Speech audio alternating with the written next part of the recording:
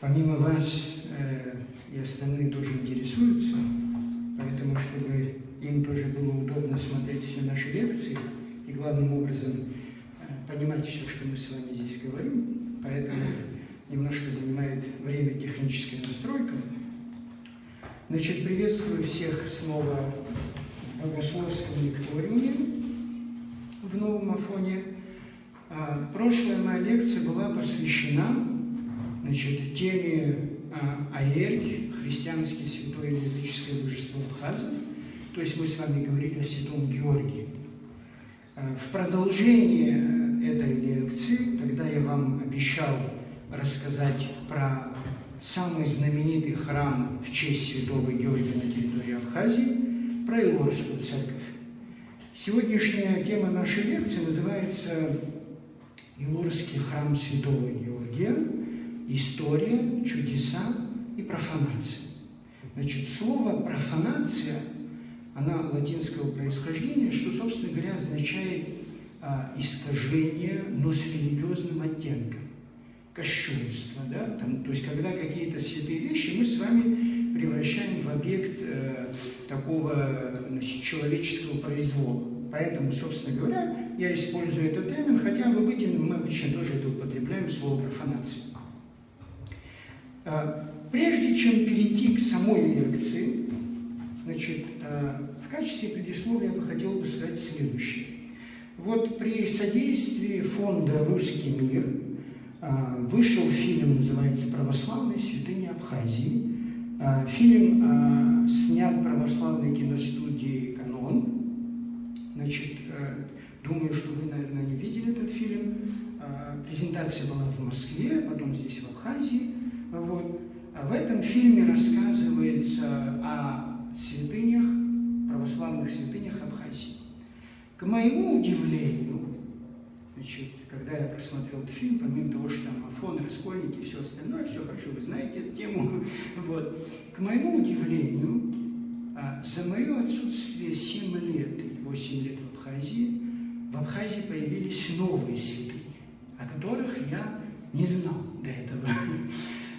Чудным образом, когда автор этого фильма спрашивает прихожан, священников тех или иных абхазских храмов, из их уст я услышал, и в том числе они показывали, новейшие святыни, в кавычках, о которых никто не знал до этого. То есть в истории мы ничего не знаем. Например, в Каманах, там, еще добавилась святыня, 12 дев-мучениц хуапских влыхных появилась такая святыня. И в том числе, я почему это вам привел, потому что, когда спрашивают от соседей в Илорах, он говорит, что здесь вот храм стоит на месте, где святой Георгий разбил шатер, что колодец, который все мы оттуда всегда пили воду, исключительно технический колодец, значит, это святая вода святого Георгия и так далее. И в некотором смысле, к сожалению, вот появление новых святынь будет продолжаться до той поры, пока мы с вами не обозначим, границы, религиозные границы и то, что называется чаще всего, к сожалению, профанацией. Самая диковинка была, например, когда где-то, я уже не помню, грязные источники, человек, который это имел и использовал, назвал источник святого Пантелеймона. Поэтому я боюсь, что в Абхазии не останется ни одна река, ни один колодец, парк Сушевых озер, парк Анхадзом, все станут святыми. Понятно, что запрос, когда есть паломники, туристы и так далее, всегда есть такая тенденция. Но, понимаете, ведь сотни раз в истории церкви это уже было, да? В том числе и на Западе, в том числе и в России, когда люди пытались делать такого рода профанацию, но все заканчивалось плохо для всех. Зачем нам в Абхазии, где у нас сосредоточены общеизвестные, общепризнанные святыни, их столько, что мы с вами не успеваем служить, праздновать, отмечать, в силу отсутствие даже времени такое количество. Например, только в одних Пицундах мы точно знаем порядка 15 святых, которые прославились в 3, 4, 5 веках. Зачем нам выдумывать новые, значит, святыни? Я понимаю, что иногда есть наивность, допустим, прихожане простые или простые батюшки, которые особо не вникают в историю, да? Ну, им кажется, что вот это такая форма благочестия. Но это печальная форма благочестия. Почему? Потому что когда после революции 1917 года вскрыли мощи, то есть открыли рамку преподобного Сергия в Троице-Сергиевой лавре, значит, была такая публикация, что народ разочаровался и теперь ушел из церкви. В связи с чем? Потому что были какие-то батюшки, которые объясняли, что там эти мощи розовые, там еще живые, двигаются, еще и так далее, и так далее. Ведь почитание мощей не в том, что они розовые, живые, есть и такие, разумеется. Но у преподобного Сергия не было это так, да? То есть люди, когда не объясняли смысл, значит, мощей почитания в церкви, смысл иконы почитания в церкви, все это вырождалось, да? И затем народ вдруг, так сказать, смущался, но в этом виноваты не только священники, но и народ сам, который, к сожалению, очень часто как раз этого и хочет.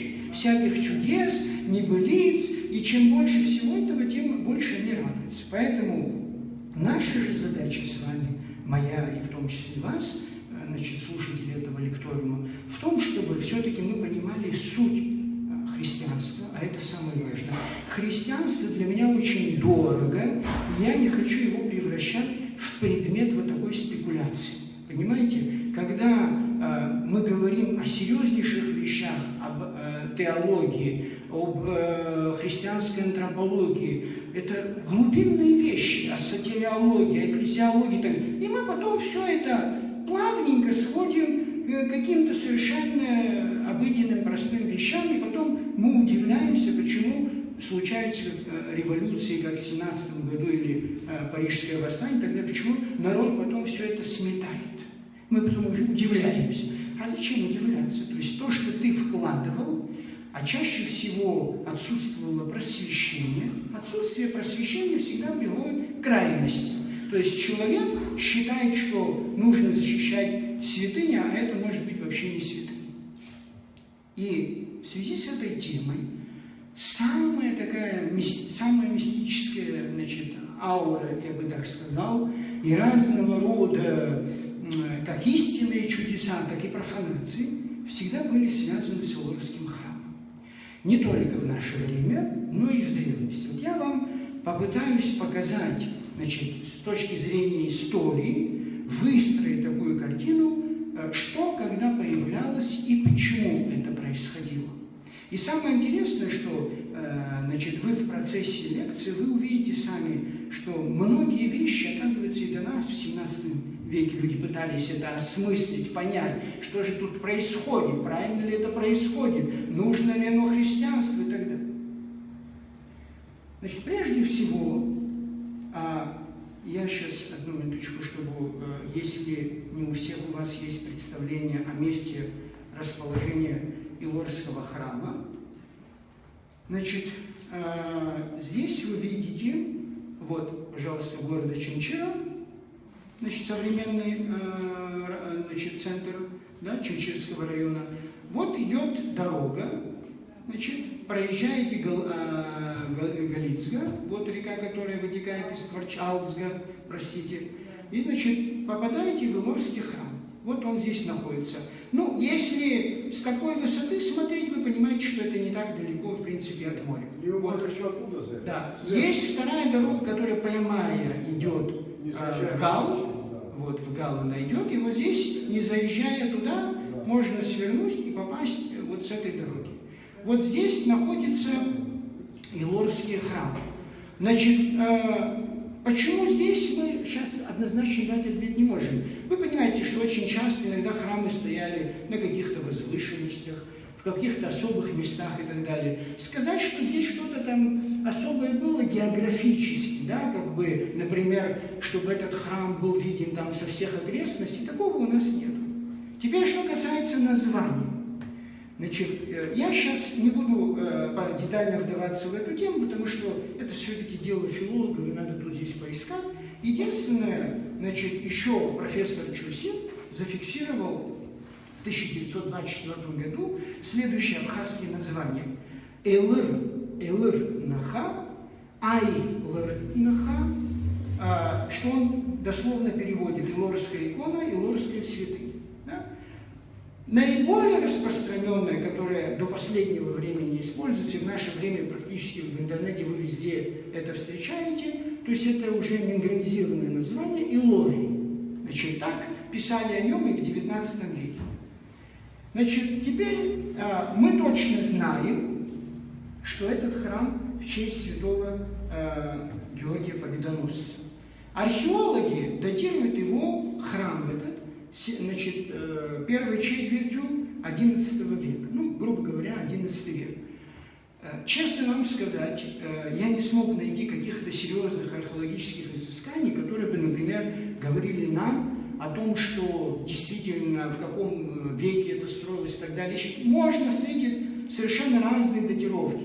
Например, в энциклопедии православной, где грузинские авторы писали об Илорском храме, значит, они приводят лапидарные надписи и говорят о том, что вот эти лапидарные надписи свидетельствуют, что этот храм был построен в XI веке. Я почитал эти лапидарные надписи, но что-то, так сказать, из них я не мог заключить, что там речь идет об XI веке. Теперь дальше. Как возник этот храм? Конечно, это всех всегда интересовало. И почему в честь святого Георгия? У Юрия Николаевича Воронова есть такая у него замечательная работа, называется «В мире архитектурных памятников Абхазии». Значит, он приводит одну из легенд, которая бытовала в абхазской среде, правда, он не дает ссылку, откуда именно эта легенда приводится, значит, где он говорит следующее. Некий местный князь в лесу во время охоты ранил оленя. Убегая, животное скрылось в зарослях.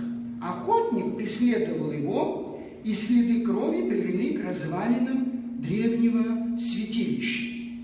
Вот обратите внимание, что при всем моем уважении к Юрию Николаевичу Воронову и к остальным нашим ученым, когда нету богословской религиозной подготовленности, люди пишут на одной и той же строке абсолютно противоречивые вещи. Вот он пишет: к развалинам древнего святилища. И тут же дальше говорит: князь увидел раненого оленя, положившего голову на престол с высеченным крестом в алтаре.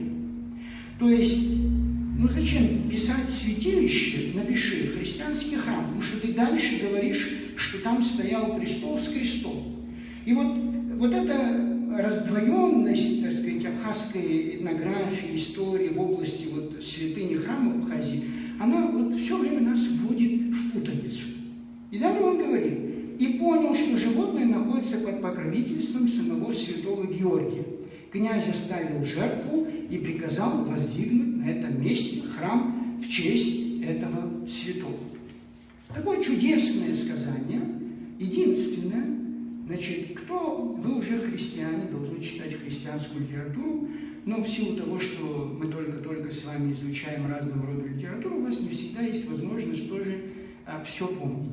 Но вот этот сюжет, он взят из одного жизнеописания христианского святого. У кого-то из вас есть догадка, о каком святом, речь не идет о святом Георгии, о каком святом может идти речь? Значит, я понимаю, что, потому что это такая специфическая вещь. Значит, дело в том, что святой Евстафий Плакида, римский воин, который пострадал в конце первого, в начале II века, есть знаменитое его жизнеописание. Вот этот случай, который приведен с оленем, связан с жизнью этого святого, когда он преследовал оленя, олень его привел и так далее. И потом мы в разных вариациях будем встречать у всех христианских народов, где, например, поскольку то предание, которое я вам почитал, это же устное сказание, и автор, который пересказывал, другому передавал, они не всегда могли уточнить, какой именно святой. Да, от святого Евстафия он стал уже святым Георгием. Но самое интересное, убыхи сохранили самую большую вариацию значит, вот, жизнеописание Евстафия Плакиды. Я, например, был удивлен, когда я прочитал, запись большая такая, и сравнил с самим текстом жизнеописания, насколько детали были практически сходны. И поэтому, даст Бог, пока не было времени, например, можно издать вариацию бухского сказания об Евстафии Плакиде, ну, с учетом уже внесением правок. Но текст этот, когда читали наши этнографы, конечно, они не придавали этому значения, и они не понимали, потому что они не знали, кто такой Плакида и его жизнеописание. Более того, значит, каменные преграды 8 века, которые были обнаружены в Цибильде, куда мы, даст Бог, с вами поедем, алтарные преграды, там как раз изображены, то есть вырезаны фрагменты жизнеописания святого Евстафия Плакиды. И он был небесным покровителем абхазского святого Евстафия Всильского. Вот отсюда происходит это имя. Само имя греческого происхождения означает твердо стоять, хорошо стоять. Но советую вам почитать это жизнеописание, конечно, не в такой поздней редакции, как «Жития святых», которая, к сожалению, есть, потому что там все перепутано, но в более-менее нормальной редакции, потому что это интереснейшее сказание, из которого потом прорастают разные легенды. До сегодняшнего дня есть католические монастыри на Западе, которые выпускают такой особый напиток, если вы будете, они даже в дьюти-фри везде продаются, вы увидите там олень, изображение оленя с крестом между рогами. Значит, вот этот символ как раз, который происходит отсюда. Таким образом, эта легенда, она чудесная, замечательная о появлении Лорского храма, но, к сожалению, она не имеет прямого отношения к этому. Значит, дальше теперь смотрите, почему у нас возникают эти все проблемы. Вы перед собой видите рисунок католического монаха XVII века Христофора Кастелли. Значит, скажите, пожалуйста, вы видите перед собой Лорский храм. Что вызывает у вас недоумение, вопрос? Допустим, вы видите, что что-то вы не узнаете, сравнивая с Лорским храмом сегодня. Что вас прежде всего вызывает недоумение? Должно вызывать.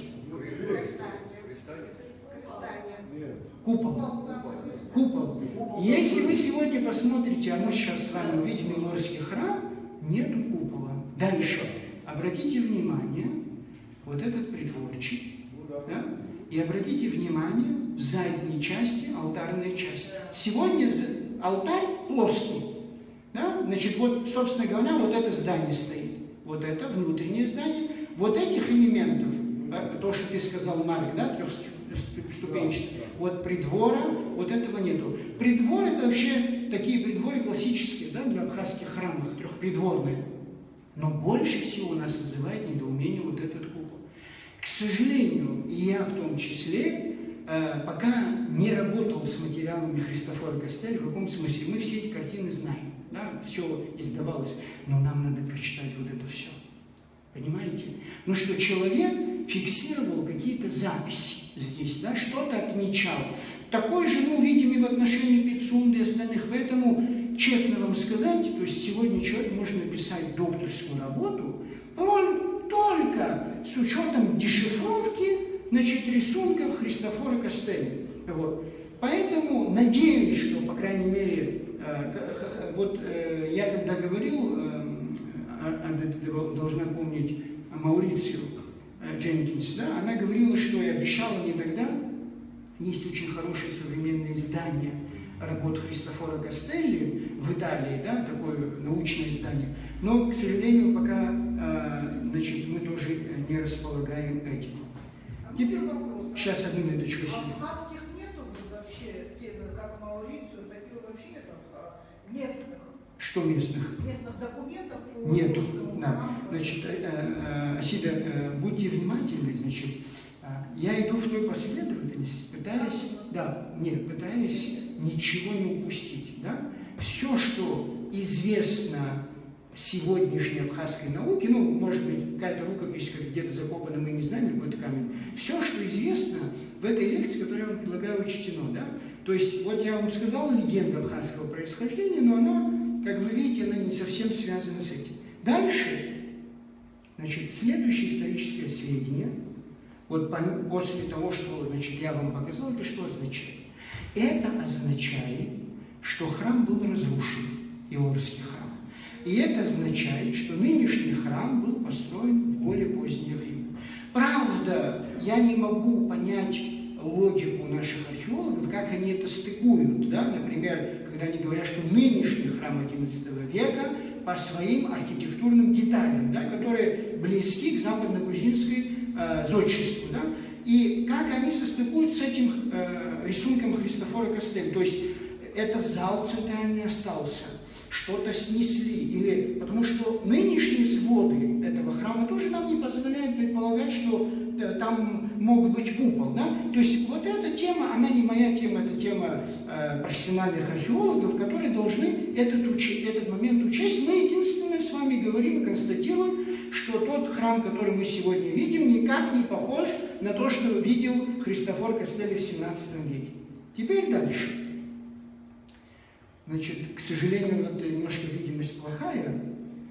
У нас есть историческое сведение о том, что во второй половине XIII века в Илорах находилась чудесная икона святого Георгия Илорского. Я не ту икону сейчас вам показываю, что то у меня нет фотографии, я не смог нигде ее найти. Может быть, она утеряна. Но икон, это золотая икона, значит, золотых, серебряных и так далее, с Илорским храмом было очень много связано. Они все сейчас хранятся в монастырях и музеях Грузии, в том числе в Зугдиде, в Кутаиси, в Тбилиси и так далее. То есть это все вывезли туда, к сожалению. Но вот на этой иконе есть, аналогичной, скажем так, иконе 13 века есть следующая надпись. Абхаза Картвельского царства, значит, там сказано следующее. Святой Георгий Илорский возвеличь и воцари в обоих царствах сильного и непобедимого, Богом венчанного царя царей Давида, сын Русудани, повелением которого отчеканена сия икона Илорского великомученика. Вот, значит, я вас приучаю все, так сказать, исторические мысли, да, всегда стараться ловить важный момент. Вот смотрите, когда вот этот текст публикуют грузинские исследователи в энциклопедии, грузинская икона Илорского храма, грузинского царя XIII века и так далее, и так далее. Русский читатель, который не знает, он, конечно, становится жертвой этой спекуляции. Почему? Потому что здесь сказано «и воцари в обоих царствах». В каких обоих царствах речь может идти в XIII веке, когда мы точно знаем, о каком царстве идет речь, потому что мы называем это технически, хотя это называлось Абхазское царство, но технически мы говорим Абхазо-Картвельское царство, значит, которое уже с нашествием монголо-татаров распалось, да? Но это царство, когда появилась эта икона, в самих грузинских летописях и византийских называется Абхазское царство, но мы говорим Абхазо-Картвельское, потому что цари уже не были абхазцами. После известного, значит, воцарения Багратора, да, сына Бурандухты, царство уже перешло к грузинским багратидам.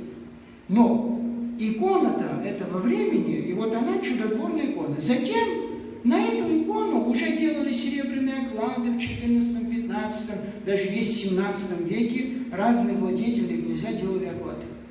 Дальше. В 1638 году Илорский храм был разрушен. Значит, мы это знаем точно. Разумеется, он был разрушен во время турецкого нашествия. Вот как сейчас выглядит Илорский храм. Видите, ни задней части, ни купола и так далее. Значит, он был разрушен. И вот теперь мы имеем следующий. Самый важный текст. Первый человек.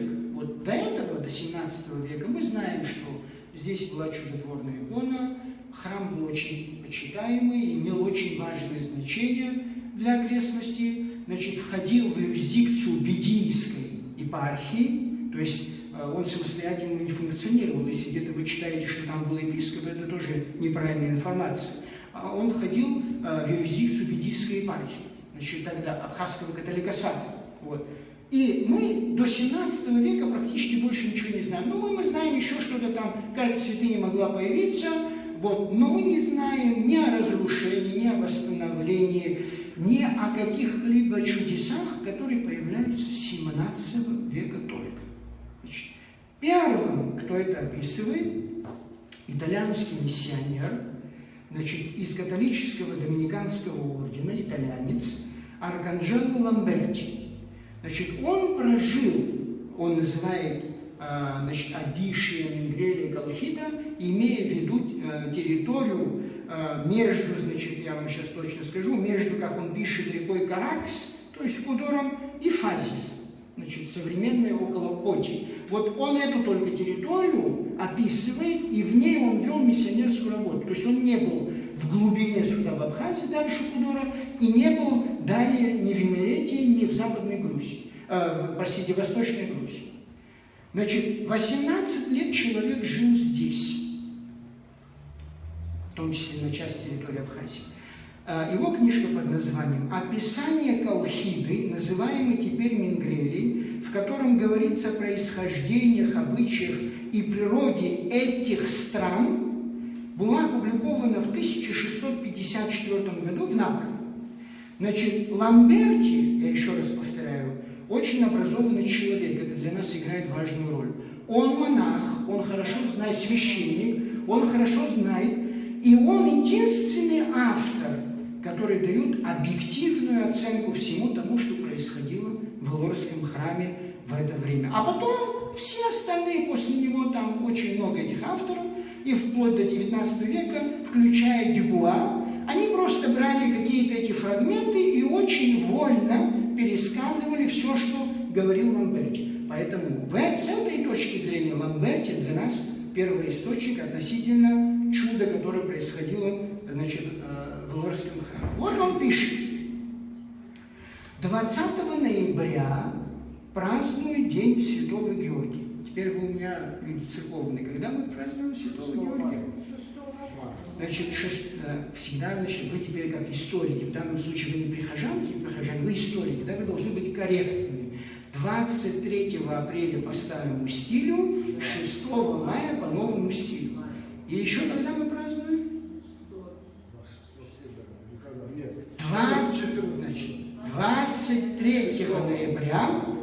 23 ноября, добавляйте 13 дней. Получается, 3. Да. 10. Да, 3 декабря. 20 Да, значит, вот 2 мы знаем праздник. А теперь смотрите. Он пишет по старому стилю, да? 20 ноября.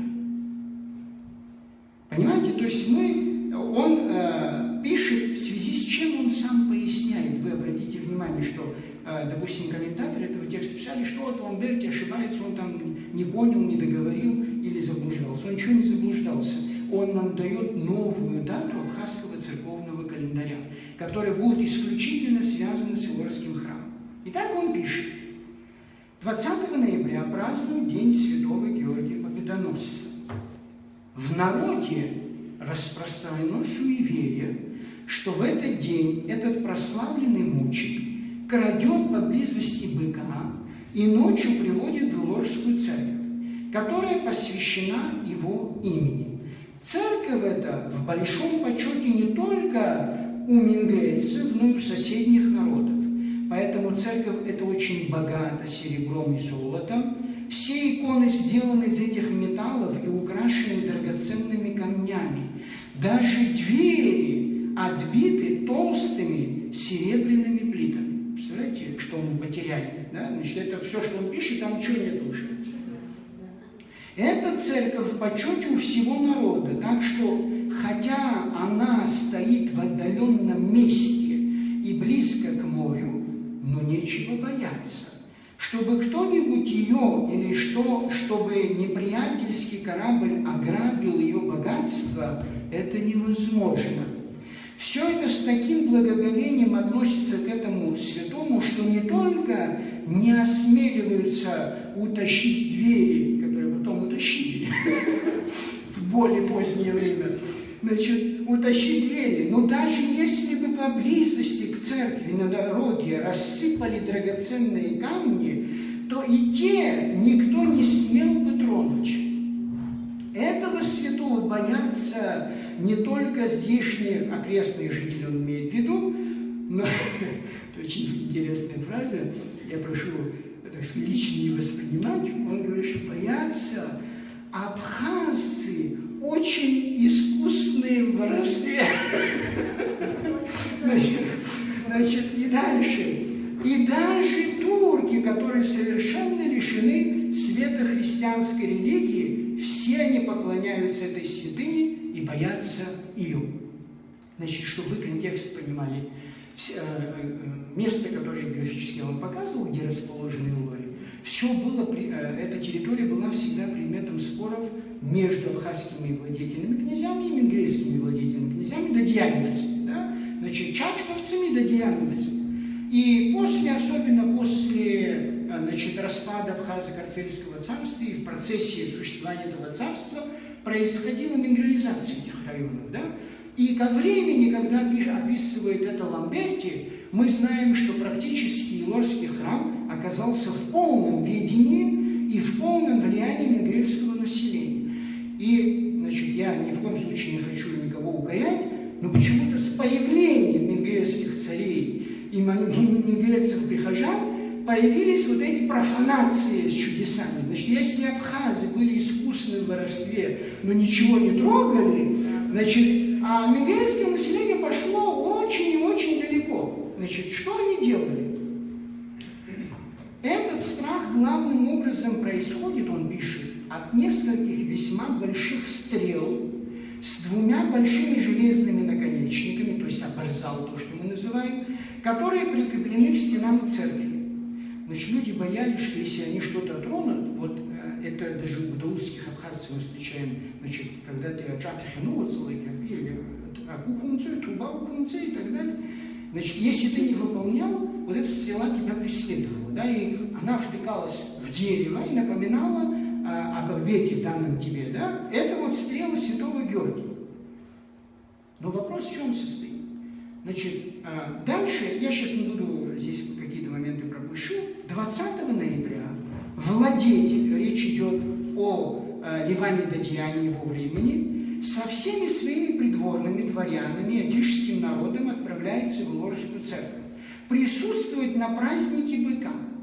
Не только одишцы, но одишцы синоним мигрели, да, имейте в виду, но абхазы, сваны в большом числе приходят на этот праздник. Церковь святого вся окружена каменной стеной, высота которой будет почти в 15 пядей. При входе большие ворота, над которыми выстроена прекрасная колокольня.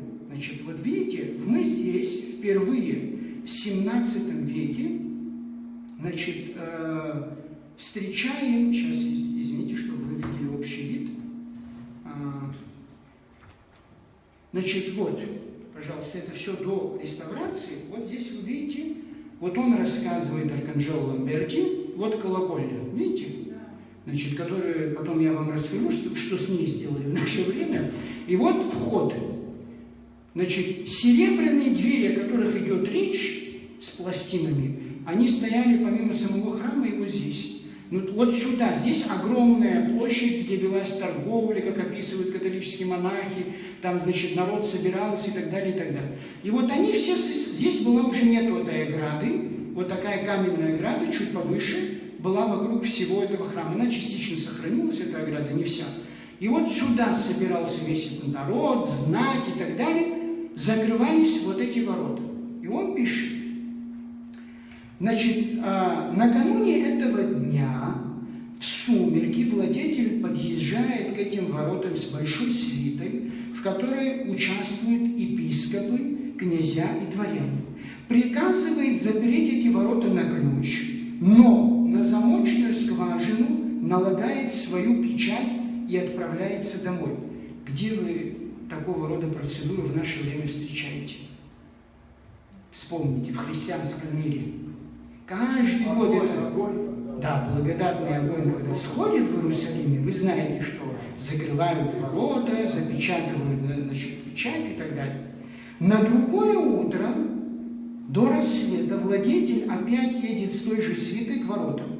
Когда уверится владетель и сопровождавший его, что печать цела и не сдвинута с места, он снимает печать, отворяет ворота, внутри церковной ограды находится бык. При виде этого чуда весь народ с большим благоговением возносит благодарность святому Георгию за привод быка. Звонят в колокола, и по всему народу распространяется радостное известие, что нашли быка. Все твердо уверены, что святой Георгий собственноручно в ночь приводит быка. Одну минуту, сейчас я просто уменьшу. Дальше. Говорят также, что святой трижды проводит этого быка с моря до гор и обратно, и таким образом освященного быка предоставляет в ограде церкви в дар народу. Когда быка поймают, то его ведут за ограду, и здесь должен его зарезать илорский житель. Вот здесь очень интересный момент. То есть гости-то приехали и оттуда, и отсюда, да? Значит, и из Мингрели, со свитами, и абхазцы отсюда с князями.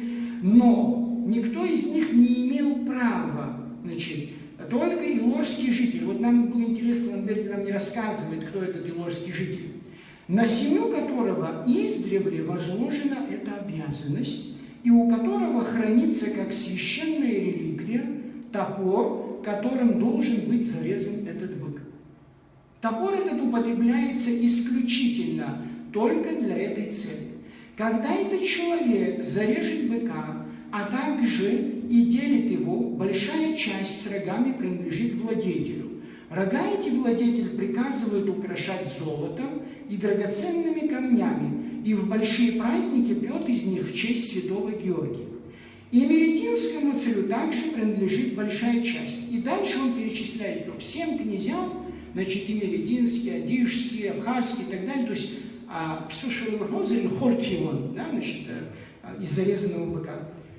Дальше, мясо, значит, и затем все остальное раздается народу. Рубят на мелкие части и раздают народу. Обратите внимание, мясо это не вкушали там в храме. Это коптят и с большим благоговением сохраняют для употребления на случай болезни, считают лучшим средством против всех недугов. Теперь смотрите, как что пишет сам Ламберти. Хотя это лекарство редко, когда имело удачное действие, но все-таки все им пользуются, его уважают и предпочитают всяким другим лекарствам. Нелегко проследить, вот тут начинается самый интересный момент, нелегко проследить происхождение этого праздника. Тем более среди народа, не имеющий литературной деятельности, который поэтому не может хранить память о прошедшем в полной чистоте. Обратите внимание, я почему сказал, что Ламберти образованный, да? Он в 17 веке уже говорит о том, что мы должны знать в наше время, и главным образом наши этнографы, что если нет письменных источников, об этом речь идет, то есть он, по крайней мере, 18 лет жил и не видел никаких источников, значит, в которых было бы какое-то конкретное описание, связанное с этим чудом. Дальше. Правда, рассказывают со слов стариков, классический случай тоже, да, как и в наше время, да, самые разнообразные вещи, которые скорее походят на сказки, чем на правду. А потому я пропущу это с удовольствием. Ну, наши этнографы с удовольствием не пропустили. Значит, это не пропустили. Дальше. Ну, теперь смотрите, он критикует, что если нет письменных источников, мы не можем особо доверять, но при этом из всех сказаний, которые он слышал, жалко, что он, конечно, не записал все это, нам было бы тоже интересно, он все-таки одну выделил и зафиксировал. Потому что он говорит, только приведу одно объяснение, которое ближе к истине. Говорят, что в старину, думаю, что это было тогда, когда латинская и греческие веры еще не разошлись, то есть до разделения церквей, он имеет в виду, что это чудо, появление этого чуда связано в рамках первого тысячелетия, скорее всего, к концу первого тысячелетия, во время расцвета Абхазского царства. Сюда пришел какой-то неверующий человек из страны, отдаленной на сотни миль.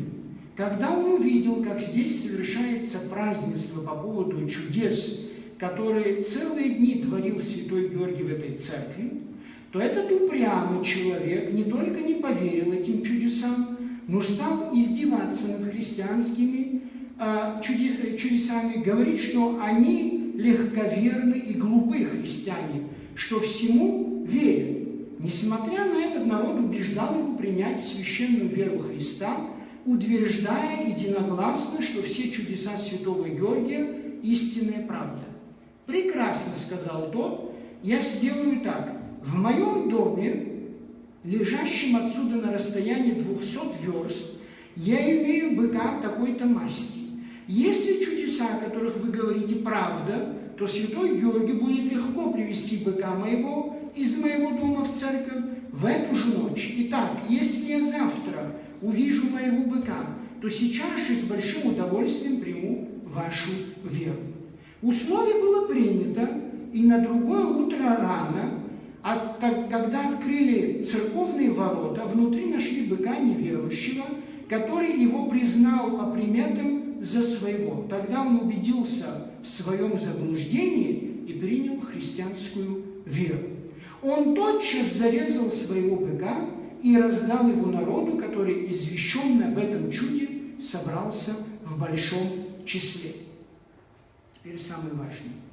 Весьма возможно, что, вот вы смотрите, да, вот 17 век, да, еще, казалось бы, такой, нет еще у нас, как бы, так, в нашем понимании современной исторической науки, но вот все, что человек пишет, он говорит, говорят, весьма возможно, вероятно. То есть он не говорит, что только так и по-другому быть не могло. Значит, весьма возможно, что праздник этот оттуда и берет свое начало.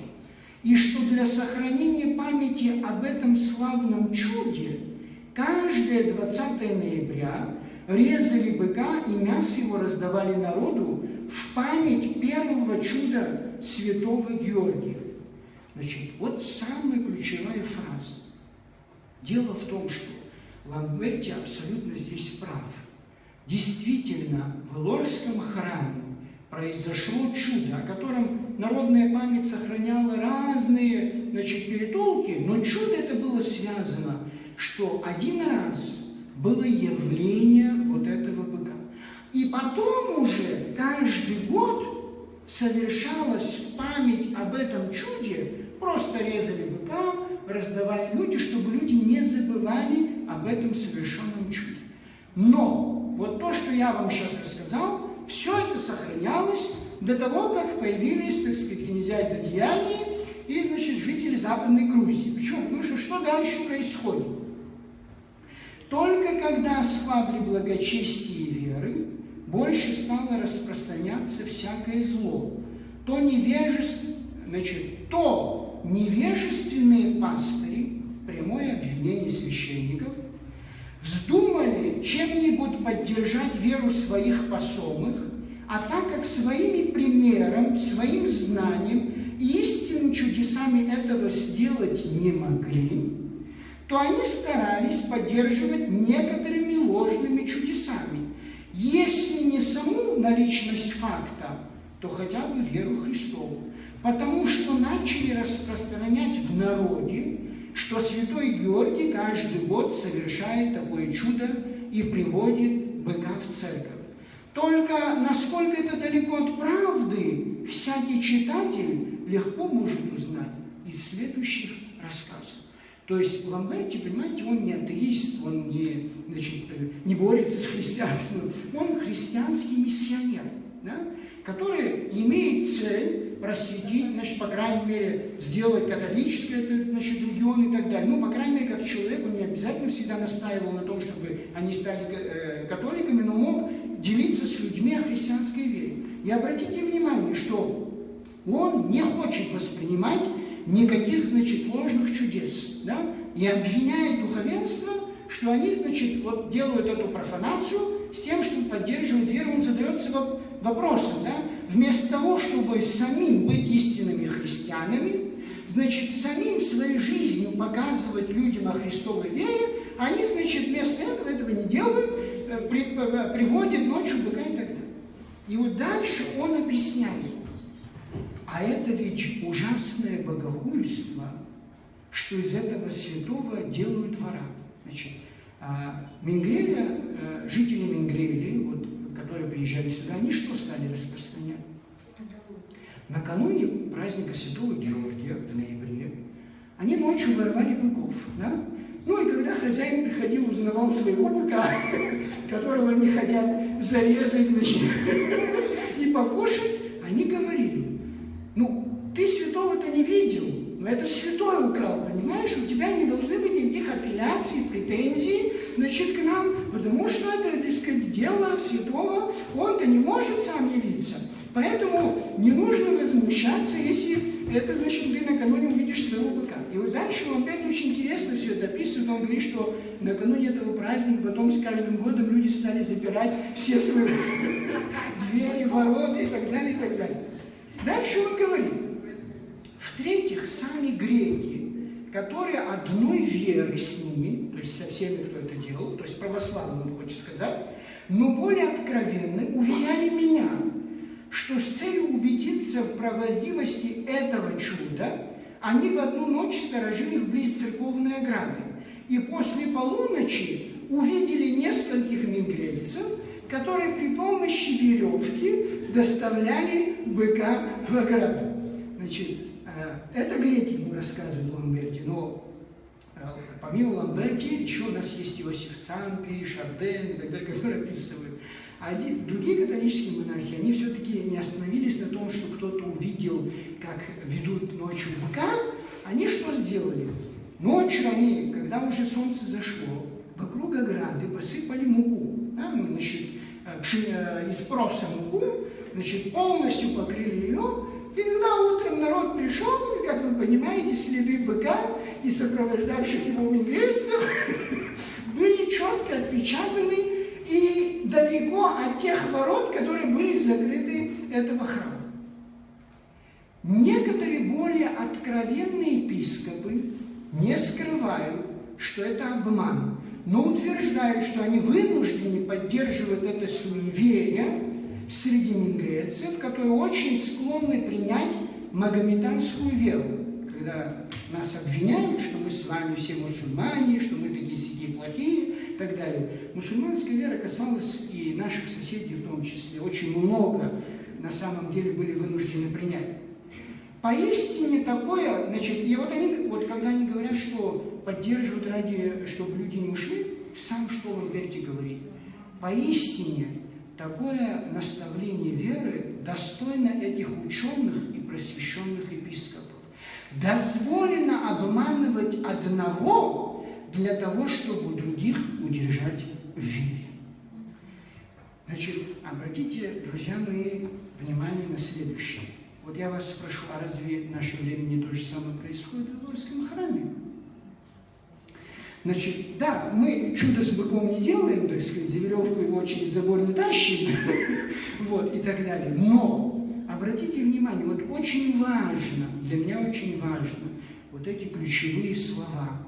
То есть обман и профанация ни в коем случае никогда недопустимы. Почему я это вам говорю? Потому что и в наше время, недавно у меня был один священник, который сказал: скажи, говорит, батюшка, где этот знаменитый Иловский храм со знаменитым батюшкой? Я говорю, там, да, что, да, у нас тоже уже все слухи доходят, да, вот, значит.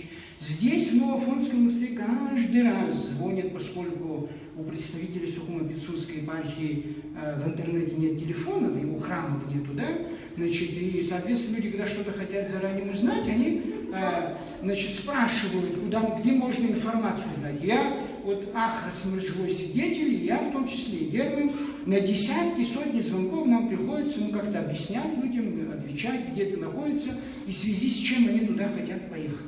В связи с чем? В связи с тем, что с появлением, всем вам известного батюшку от соседей в этом храме, в 2001 году все иконы Илорского храма неожиданно стали мироточить. Я, еще раз говорю, я стараюсь корректно говорить, вы сами понимаете. Дело в том, что мне доводилось быть и служить в Иерусалиме, во всех храмах Иерусалима и Палестины, в Египте, на Синае, в Греции, в Афоне, грубо говоря, в Константинополе, все главные святыни христианского мира, в том числе и Рим. Я нигде еще за все время пребывания в таких общечеловеческих и мировых христианских святынь я не видел ни в одном храме, включая Синайский монастырь, гроб Господень и так далее, чтобы все иконы мироточили. На Святой горе Афон, где закрытая территория, где 20 крупнейших монастырей, где огромное количество святынь, икон, тысячелетиями собиравшихся в этом полуострове, мы все знаем, что несколько чудотворных икон. То есть мироточивых, да? Чудотворных может быть и больше, и в том числе в Абхазии. Таким образом, если мы хотим остановить вот эту тенденцию псевдохристианства в Илорском храме, и для того, чтобы нам понять, как вот этим людям, которые писали в 17 веке, что же на самом деле там происходит, чудо или профанация, знаете, очень легко это все сделать. Месяц закройте Илорский храм, вы видите все духовенство с церковным клиром оттуда, и повесьте замок на месяц. Поставьте, в конце концов, можно будет увлечь охрану, и через месяц придите, посмотрите, мироточат ли иконы или не мироточат ли. Вот, пожалуйста, есть конкретный способ определения. Это первое. Второе. Почему люди туда ездят? Отчитка. Да? Один мне звонит, говорит: батюшка, знаете, у меня печень болит, мне надо попасть на отчитку в Илорский храм. Другой звонит, говорит, что мой один глаз не видит, мне надо... Я говорю, а какое имеет отношение отчитка, то есть экзорцизм, который подразумевает определенное конкретное понимание изгнания сил, бесов, как хотите называйте, но злых сил из человека, когда это совершенно очевидно для всех, кто вокруг этого человека. И какое это отношение имеет к печени, к почкам, к голове, к ногам, к рукам и так далее. Это один момент. Второй момент.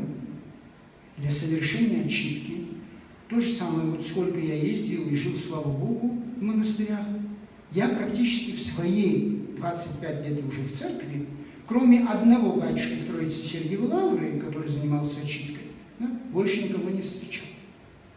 Священников, которые занимаются отчиткой.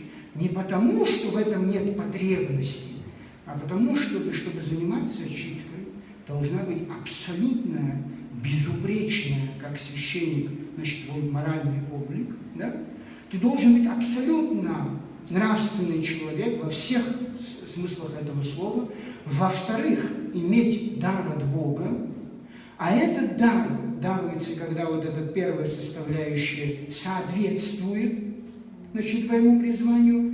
И только в этом случае ты можешь с благословения епископа, исключительно с благословения епископа, на себя взять такую обязанность. Если ты это будешь делать самодеятельно, профессор Осипов рассказывал про своего одного такого знакомого, который вот это начал самодеятельно, закончилось тем, что батюшка потом всю свою оставшуюся жизнь бегал вокруг храма и кричал. Почему? Потому что ты-то, так сказать, изгоняешь, да, экзорцизм, все понятно, да? Но если у тебя есть изъян, то кого ты изгнал, они очень быстро найдут место в тебе и покажут, какова у тебя сила. Вот. Поэтому вот с учетом всех этих моментов, поскольку сейчас слышите не только вы, но и многие в интернете, Значит, будьте всегда осторожны с этим, да?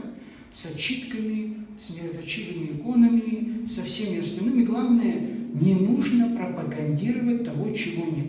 Мы знаем с вами точно, что было чудо святого Георгия в этом Илорском храме. И никто, ни я, ни Ламберти, ни батюшка, который там служил, ни народ в древности этому не подвергает никакому самомнению. Да?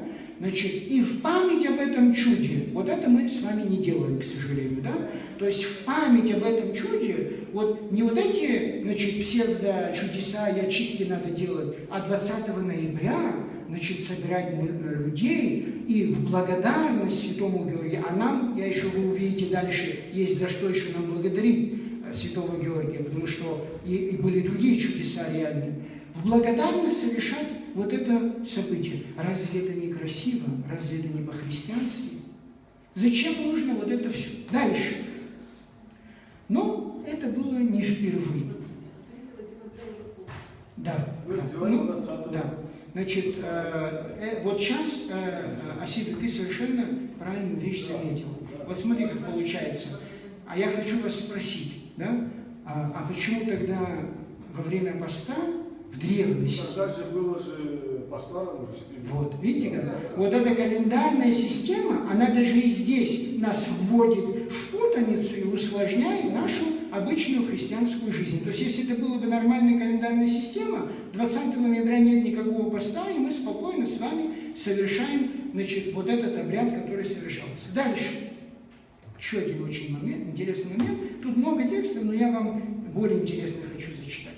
Значит, русские послы, значит, дьяк Федот Илчин 9 февраля и 23 апреля 1640 года, то есть приблизительно через 6-7 лет после Ламберти посещают Илорский храм.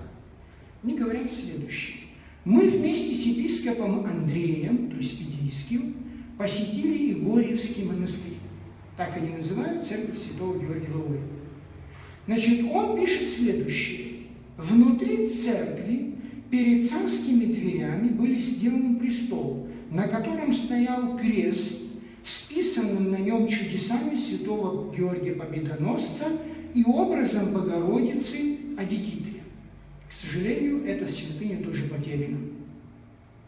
В храме были другие иконы святого Георгия. О чудесах святого Георгия в Илорской церкви, значит, Федот рассказывает следующее.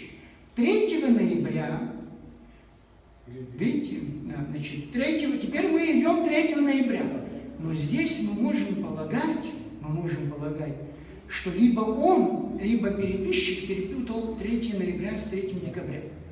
В день памяти святого Георгия молятся в этом храме, приезжают цари и все православные христиане. Волей Божией приводится в этот день бык, которого по велению владетеля режут, и кусочки мяса раздают и так далее. То, что я вам все это почитал.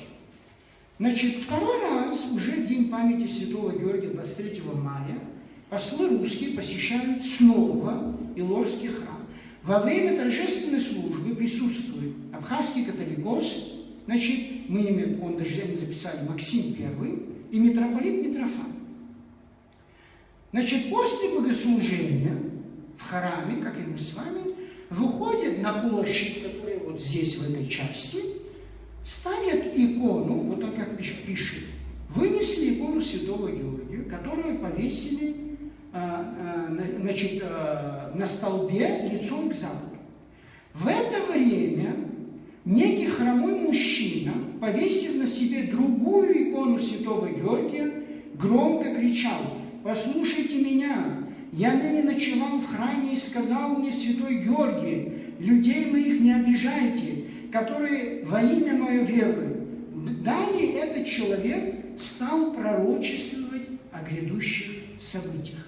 Значит, будьте внимательны. Присутствующие при этом событии русские послы спросили: почему тот человек пророчествует? Святой ли он? Им ответили: этот человек неграмотен, но у него в роду так принято, после его смерти другой из того же рода будет возвещать миру откровение от святого Георгия. Значит, скажите, кто из вас бывал, ездили, получалось вот здесь, значит, рядом, чуть дальше. А здесь отец Сергий практикует, значит, все, что я вам сказал. Значит, дальше еще один у нас человек практикует, значит, Жора. Да. Значит, да. Вот он как раз чуть дальше находится, то есть если отец Сергий имел, так скажем, значит, если исторически отдельным взглядом, отношение к тем духовенству, которое было в 17-м, то вот этот человек, который кричал пророчество, значит, конечно, Жора его не прямой потомок, но в принципе продолжатель этого дела. Теперь смотрите. Затем спросили Федота Ильчина, верит ли он виданному. Федот ответил, что он не верит этому мужику, поскольку не может быть истинных пророков после Рождества Христова. Но здесь тоже классический ответ человека из русского православия. То есть, никаких пророчеств быть не может, дескать, пророки были все до Рождества Христова. Дальше. Далее пророчествует человек, слез с церкви, он, оказывается, это все делал на крыше церкви. И люди подняли звуковой шум с помощью палок. Русские послы вновь спросили, что это у вас за обычаи нехристианские? Хозяева отвечали, это они так молятся страстотерпцу Георгию и проклинают тех, кто крадет и чинит насилие. Митрополит Митрофан, подойдя к русским послам, сказал, видите сами, что эти люди не христиане, они творят дьявольщину. Ну, скажите мне, пожалуйста, вот, значит, вспомнили мы Жору, да? Я, значит, где-то с юмором вам говорю, но это очень серьезная вещь на самом деле. То есть человек, который наносит невероятный вред психологический, психический доброму половину нашего населения, когда он их заставляет 40 дней лежать, не есть, не пить ничего, не купаться, обернутые, значит, в простыни, потом под пение, значит, мингельских песен, под очангур и так далее, плясать во дворе и все остальное. Вы знаете, я хочу просто одно спросить. Вот, ведь, вот как Ламберти говорил, должна быть какая-то логика все-таки в нашей человеческой жизни.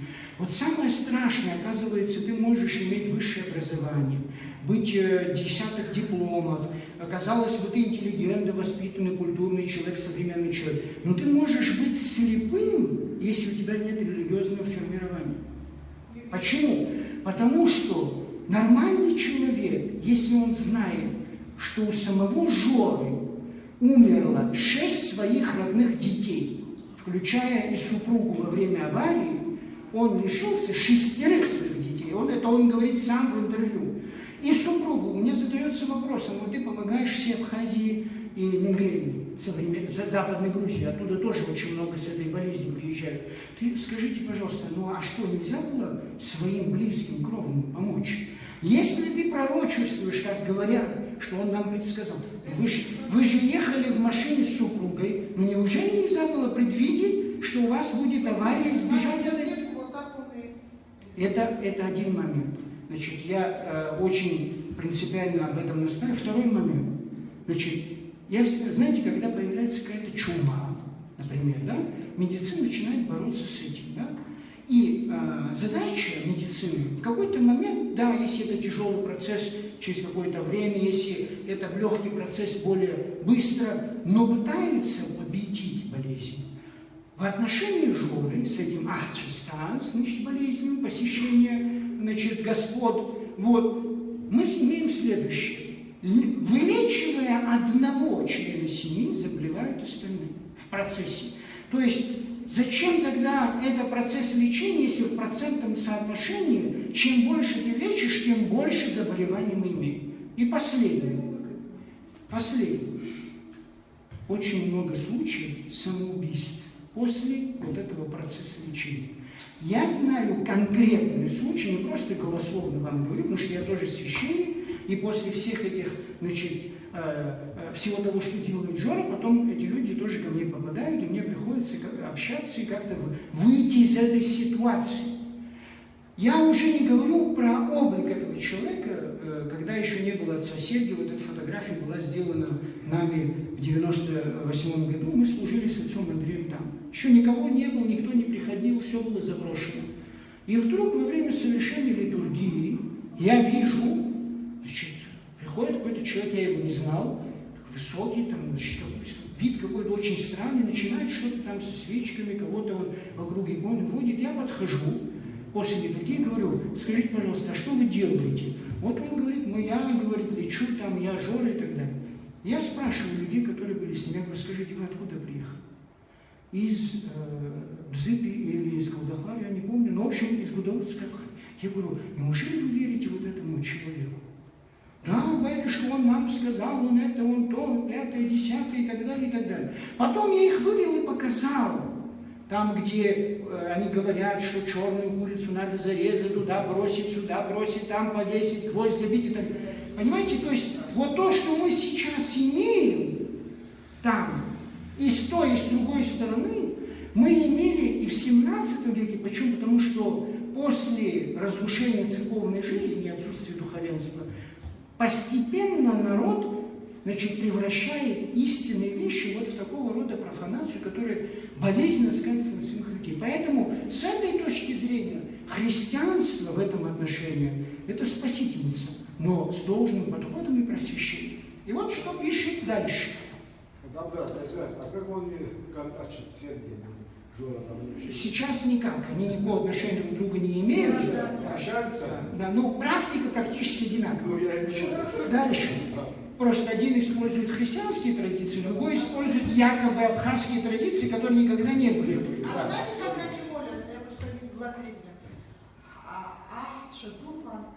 То есть многобожие, да. Вот это точно. Нет, там, вы поймите одну вещь, тут есть одна специфика.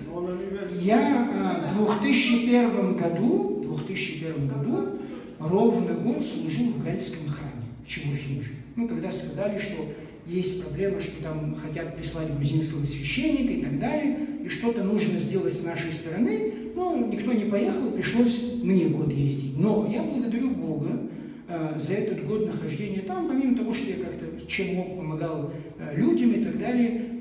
Например, бабушка у меня исповедовалась, она не знает ни русского, ни абхазского. Теперь она приходит, значит, 80 лет ей, и она говорит, что она хочет исповедаться и причаститься.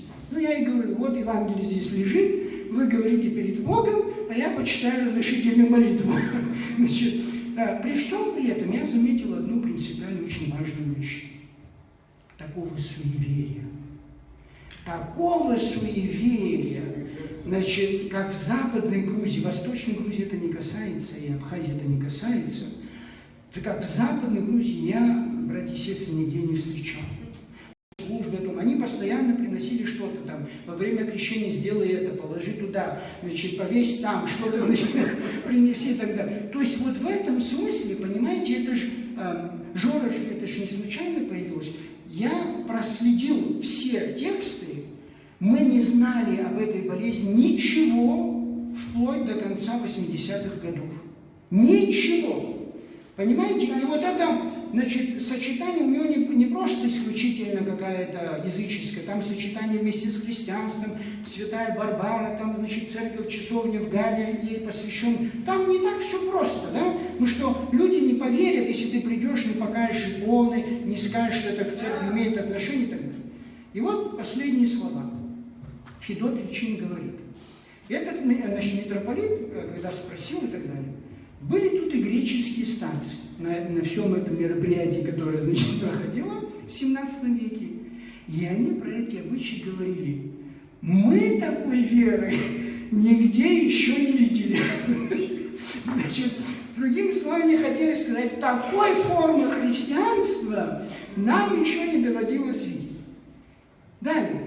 Значит, дальше посещают Иерусалимский патриарх Кассифей, Иосиф Цампи, Шардем и так далее. Я все это опускаю. Хочу только обратить на еще один очень важный момент ваше внимание. В 1732 году и 1733 годах, значит, турецкий паша прибыл со своим войском в Поти.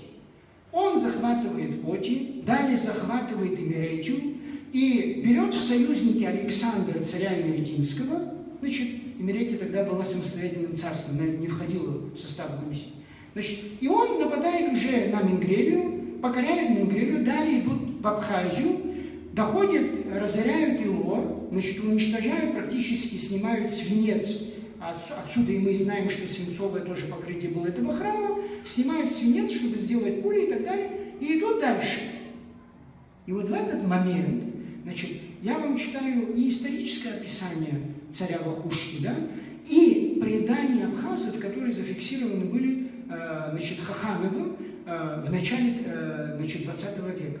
Из тех, из других мы, если суммировать, потому что это очень много информации, речь идет о том, что Манча или Манучар Чачва, владетельный князь Абхазии, выступает в борьбу вот с этим Пашой. Да? Значит, и вдруг во время боя абхазское воинство, значит, переходит Галицку, Галдалцгу и хотят перейти. В этот момент им является юноша, который говорит, что как вы оставляете на попирание, значит, туркам Илорский храм, вернитесь. Вместе с ним они возвращаются, происходит битва, во время которого, значит, этот юноша использовал омча. Значит, кнут только используют. И, значит, они выигрывают, абхазцы выигрывают эту битву, и потом приходят в ограду Илорского храма, собирают весь военный трофей, и говорят, зовут этого юношу, говорят, поскольку ты виновник этой победы, возьми все, что ты хочешь. Он говорит, мне ничего не нужно, и взял, значит, кинжалы, 2 кинжала таких золотых было, значит, видимо, как украшение кто-то из них одевал, он взял это и исчез. На следующее утро в церкви Святого Георгия у иконы священник нашел эти кинжалы. И все они поняли, о чем идет речь. А теперь самое интересное. Это описание относится к началу XVIII века. В конце XIX века, значит, Илорский храм посещает итальянская путешественница Карла Сирена.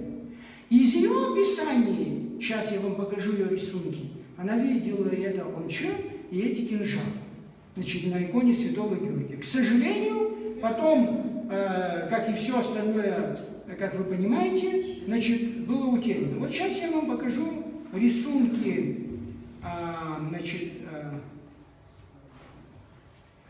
значит, вот она пишет фотографии, но с фотографии сделанная литография. Да? Значит, это рисунок Карла Сирены. Вот, смотрите, вот этот батюшка, значит, стоит Илорский храм, она его просит принести, какие у тебя есть драгоценности. Значит, она пишет, что он приносит, и к моему удивлению, он очень удивился, что я их начал раскладывать в ограде Илорского храма и фотографировать, да? Значит, скажите, пожалуйста, вот посмотрите, здесь мы, конечно, многое плохо видим, на что ваше внимание должно быть обращено? Здесь есть что-то, что очень имеет важное значение для истории культуры. Да, посмотрите. Видите? И самое главное, смотрите, ее ножка, она потеряна. Мы теперь не знаем, где ножка. Вот этот священник в конце 19 века, каким-то образом она попала сюда, в Илорскую церковь. Это бедийская чаша, да, которая сейчас хранится, золотая чаша, которая хранится в музеях Тбилиси. Значит, где сейчас я вам одну минуточку. Значит, вот Карла Сирена приезжает в Абхазию, ну, она в восточной части Абхазии путешествовала, значит, в таком журнале «Le Tour du Monde», «Всемирный путешественник», она публикует, ну, там в нескольких номерах, путешествие по Самурзагану и Абхазии. И в том числе дает нам очень интересное описание. Например, ну, то, что храм пользуется особой славой, все писали. Храм окружен стеной, стоит в центре широкой равнины. Рядом с входом находится небольшая ниша с изображением святого Георгия, покровителя этого храма. Значит, как вы понимаете, к сожалению, эта ниша тоже потеряна. Приблизительно этот храм выглядел в ее время следующим образом. Значит, моменту. Так, общий вид. Вот. Пожалуйста. Вот так выглядела Илорская церковь в то время, когда Карла Сирена посещала его. Вот этот здесь храм, 2 придвора. Вот смотрите, какая еще, значит, высокая преграда. видите, вот дверь заканчивается, он почти вот на уровне двери. И вот колокольня, которая здесь стоит. Вот перед этой колокольней с этой стороны была еще одна икона у входа. Она тоже, к сожалению, потеряна. Значит, дальше она говорит. Со старой медной треноги кружка для пожертвования, разбитая крышка и отсутствие запора свидетельствует, что туда уже давно никто ничего не опускал. Церковь кажется более древней, чем колокольня с башенкой в хорошем византийском стиле. Огибающие стены лестницы из 26 ступеней, она даже, видите, посчитала, в башню прорезаны 5 романскими арками, в которых еще висят немые, неподвижные 5 больших бронзовых колоколов, один из которых, значит, носит имя Михаила Чачба Шервашидзе. То есть Михаил Чачба в 1868 году восстановил эту церковь. То есть он ее возродил. Дальше. По стилю интерьера Илорский храм напоминает и так далее. Вот смотрите, интересно здесь вещи. Значит, а на стенах сохранились остатки фресок. В храме неоднократно разграблены турками, которые сняли входные двери. Вот они ушли, значит, украшенные серебряными пластинами, увезли множество других ценных предметов. Сегодня можно видеть лишь голые стены. Иконостас, который, как говорят, был украшен фигурами с вставками из самоцвета, тоже исчез. На его месте находится только ширма. Значит, по сторонам 2 маленькие, как бы, алтарные части. На левом очень древний образ святого Георгия, под ним 2 золотых кинжала, теперь вспоминайте события, украшенных камнями. Говорят, ну и дальше она описывает. Теперь смотрите, вот помните, Арканджело Ламберти когда рассказывал, что якобы говорят, что быка он водил из моря в горы и так далее. Вот когда невнимательный автор, как потом перетолкуется. Она как это делает? 9 ноября из моря выходил бык с золоченными рогами, и неизвестно, как проникал в храм. То есть, кто не знает Ламберти, прочитает, Карл Сирию скажет, нет, это не так, бык выходил из моря. Дальше. К несчастью, уже несколько лет напрасно закрываются в определенный день вход в церковь. И люди проводят бессонную ночь в ожидании. Никакое облако не сходит с неба, и никакой бык Апис не проникает тайно через стены, чтобы предстать перед жертвенным мечом. Как говорят местные жители, святой Георгий перестал желать блага этому краю, и было подмечено, что это произошло после того, как один турецкий паша останавливался во храме и осквернил его. Дальше она пишет очень интересную вещь. В ноябре 1881 года Илорская церковь была отреставрирована. То есть вторая уже реставрация. Дальше. Значит, в 1890 году возвели иконостас. Я полагаю, что, хотя могу ошибаться, значит, со временем мы установим, но мне кажется, что вот современный иконостас, который сохранился, да, как раз это тот иконостас, который был до этого. Так, одну минуточку. Значит, сейчас мы с вами, просто я не вижу. Значит, вот хочу тоже, чтобы вы обратили внимание, вот в задней части храма Святого Георгия в алтаре, с наружной части, такое очень интересное, примитивное, да, значит, рельеф с изображением Святого Георгия Победоносца. Он сделан из камня, вот, значит, но, к сожалению, сейчас я вам покажу его современный вид. Только не удивляйтесь, хорошо? Не удивляйтесь, значит, современный вид этого рельефа.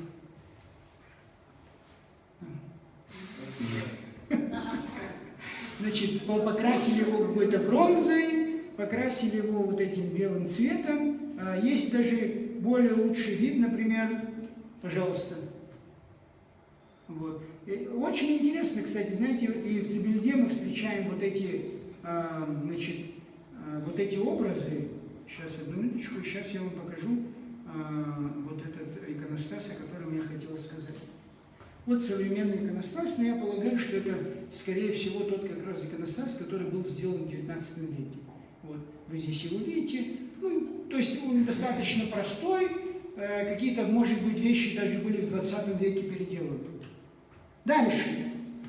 Значит, в 1910 году в Лорском церкви хотели сделать женский монастырь открыть, но почему-то этот проект потом остался забытым. И в начале 20 века его расписали маслом. Вот теперь хочу еще один фрагмент масляными красками фрески сделать. Еще один момент, который имеет отношение к тому, что я с вами говорил о Лорском храме и о Жоре. В 1919 году, значит, И.А. Аджинджал под псевдонимом Джон в 18 номере газеты «Апсны» опубликовал статью под названием, вам это название понравится, «Апсхорокей, апшцей, ацацей». Очень актуально для нашего времени. Значит, в ней он описывает, как некий богатый крестьянин из села Бедия по имени Мамсыр простудился и заболел. Его сын Хаджират вначале обратился к муле провидцу, мула Пшир, который сказал, что Мамсыр заболел, поскольку перешел то место, где дьявол пролил воду. Мула за вознаграждение лечил Мамсыра неделю. Ничего не помогло. Потом сказали, что более искусен в этом некий Али. Ну и он не смог ничем помочь. Далее Хаджират, сын Мамсыра, стал обращаться ко всем вопрошателям, ацаричам. Аджа и лырнаха и прохаду, дгана дунаху бихи. Зипшукам ацшисыс бзегуманаха ею. Ажиразмаз. И, значит, дальше он объясняет ему, что у кого была ажира, говорит ему следующее. Ажира амзазиму дунахару ациясыси шпапырыла мамзар дупсой учимазиха уери. У вас зуа и законка жабарапунза ярби. Значит, ему рассказывают, 10 человек ему рассказывают, что нужно, как в наше время. Хаджират сделал все, что было сказано. И затем, когда он вез отца в Илыр, тот умер в дороге от изнеможения. На 3-й день умерла и мать Хаджирата Кадыха. Хаджират устроил им невиданные не только в Самурзагане, но во всей Абхазии поминки. Только крупного рогатого скота было зарезано около 30 голов. Поминки шли в течение 3 дней и ночей. Автор статьи в 19 году задается вопросом, и заходимшим Хаджирати Бампуры и Псхоле, и отвечает, аджимзеры, аджгер. Но разве это не похоже на нашу современную ситуацию, когда мы готовы с вами Апшир, Адыры, Апудырпы, Амацырпы, Ахчуста, Жори, Неркны, ходим целыми днями, годами, то накрываем стол из этого, то, значит, режем козу такую, то быка такого. Понимаете, друзья мои, но это же много раз было в истории. Зачем нам становиться жертвами вот этих людей, которые просто издеваются над человеком? Дальше. В 30-х годах Лорская церковь была закрыта. Значит, в 1978 году Юрий Николаевич Воронов посетил, описал ее. Вот я хочу вам привести это описание, потому что мне очень больно, что после 1978 года мы так переделали этот храм. То есть до 1978 года, в принципе, еще элементы вот этих всех, да, они были перестроены, но все-таки все это сохранялось. Вот он пишет. Храм однозальный, с внутренним алтарным полукружием. Основное помещение прикрыто каменным сводом на арках, которые опираются на выступающий стен массивной пилястры. Освещались с помощью 5 окон. Одно окно и 2 высокие ниши видны в алтаре. В зал ведут 3 входа с севера, запада и юга. С этих же сторон к нему примыкают построенные в разное время пределы. Снаружи храм облицован плитами и изнутри булыжником, поверх которого нанесены штукатурка с фресками. То есть, значит, если мы с вами современный передел отца Сергия, значит, нет, это не современный передел, сейчас, подождите. Значит, пожалуйста. Вот. Значит, вот так сегодня выглядит Илорский храм. Да? Значит, я вам сейчас покажу, что произошло с этой колокольней. Да? Но сейчас мы говорим о храме. Вот этот придвор, который вы видите здесь, да, он появился, не будем судить только абхазское духовенство, и отца Сергия, этот придвор сделали грузины в 1989 году из бетона. Значит, они решили, что люди здесь не умещаются, и нужно было добавить пространство храма. И построили вот это чудовищное, значит, придвор. Если вы зайдете, вы увидите все там из цемента и так далее, арки, все остальное. Дальше, при отце Сергии у него появился вот этот купол, из-за которого все время идет дискуссия на женевских встречах, что, значит, мы переделали, уничтожили этот храм и так далее, да, со стороны грузинской, да, представители обвиняют нас. Но надо сказать, что напомнить грузинским представителям, что вот эти все конструкции, это они делали, а не мы. Теперь, что касается, вот если когда-то у нас хватит ума, сил и желания, то, в принципе, вот это здание, если мы снимем штукатурку, там будет каменная кладка, которая выглядит следующим образом. Значит, раз мы коснулись этого, я вам... Значит, вот так выглядел изначально. Мы имеем рисунок Карла Сирены. Дальше. Так он менялся в процессе. Значит, так я его видел в 1998 году. Дальше. Так он выглядел в 1998, если обратите внимание, вот здесь двери, ниша. И в 2001 году Анзор Сакани начал вскрытие вот этих стен, потому что это работа тоже грузинских священников и тех, кто там были в 20 веке. Они тоже немало в этом смысле ущерба нанесли. Дальше смотрите, вот он начал реставрацию этого храма. Пожалуйста, видите, это 2005 год, снимается, значит, вот все эти слои, снимаются, и здесь неожиданно для тех людей, кто здесь работал, открывается арка. Вот эта арка, видите, она была закрыта, здесь она была полностью заложена. И открылась, и оказалось, что он имеет и 4 арки не только наверху, да, здесь он, кстати, 5 арок имеет, здесь внизу тоже 4 арки. И снутри были найдены даже фрагменты росписи, вот какие-то небольшие куски. Но, значит, от наших археологов никогда не дождешься конкретных отчетов.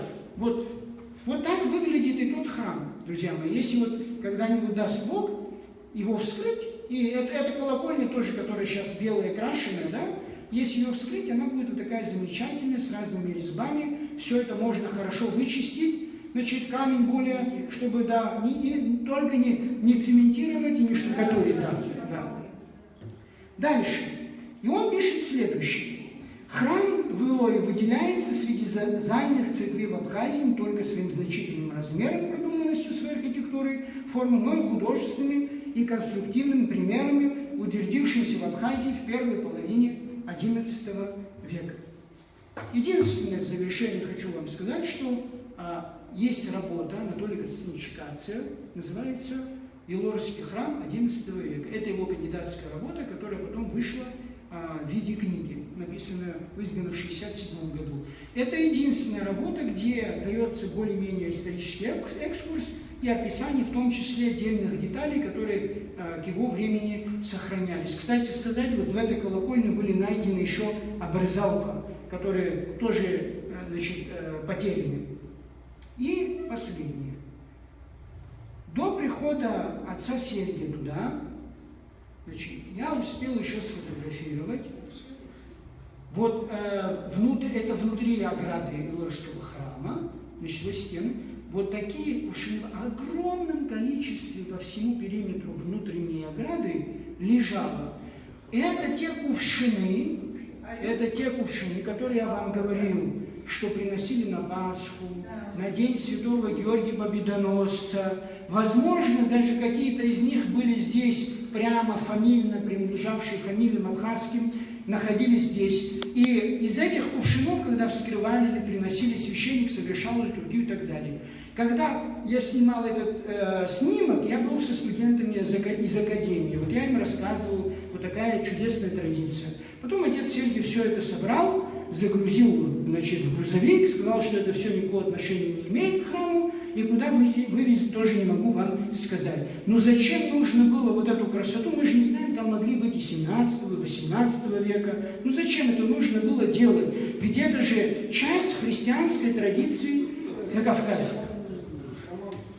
Значит, и последнее, чтобы я ничего не забыл,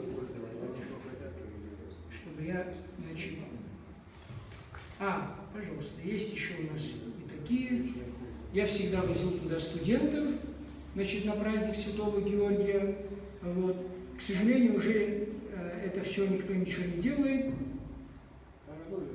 Мы ездили тогда, видите, в разное время, в разную эпоху, на все праздники, чтобы воочию люди видели эту святыню. Вот все на сегодняшний день. Значит, в завершении домашнего задания для тех, кто, значит, ходит в храм, в лекторию, и для всякого желающего, для всякого желающего, значит, вы помните, что у нас появилась рубрика «Слово прихожан». Да? Видите, да? Такая рубрика появилась. Да? Значит, это многие из вас, это ваш первый опыт написания статей, значит, изложения своих мыслей и так далее. Как мне кажется, значит, это понравилось многим, и мы с вами эту рубрику должны продолжить. Вот к следующему, значит, номеру журнала, который, даст Бог, выйдет в конце, вот, попробуйте написать на следующую тему. Рождество, поскольку там будет у нас Рождество, как вы понимаете значение этого праздника и как вы его отмечаете. Значит, единственное, что я хочу добавить, значит, вы тоже, знаете как, и журналы, и просвещение, и появление хороших материалов, это все так не происходит сразу, да? Все мы с вами должны учиться, все мы с вами должны прилагать усилия. Не просто сесть и сказать, так, что я могу сказать о Рождестве? Дай-ка я подумаю, да, ну давай, так сказать, вот что-то я вспомнил. Значит, старайтесь теперь, отныне у вас опыт уже есть, значит, те, кто писали, те, кто собирается писать. Тема называется «Рождество». Значит, как вы понимаете значение этого праздника, соответственно, вы должны почитать какие-то материалы, богословские статьи, значит, историческую справку о Рождестве, как в древности отмечали. Что-то интересное для себя отметить. И далее, как вы его отмечаете. То есть, было ли, например, в традиции раньше вы отмечали, или с какого-то времени вы начали отмечать. То есть, ваш опыт, мне только не переписывайте, пожалуйста, как, значит, энциклопедии, Википедии, все остальное, Рождество, главный христианский праздник, Спаситель родился, значит, все, что известно, это все-таки старайтесь опускать. Все-таки какие-то вещи, которые с вашего точки зрения, с вашего опыта. Да. Значит, я вас очень прошу, это касается тех, которые нас сейчас слушают в интернете, если у них будет тоже желание, все эти материалы и статейки вы можете присылать мне на почту, и затем мы будем корректировать, отбирать и публиковать в нашем журнале. Если есть вопросы, пожалуйста. Все, спасибо большое. Значит, встретимся в следующее воскресенье. Будет лекция Германа, да, имейте в виду, значит, в следующее воскресенье. Все, спасибо.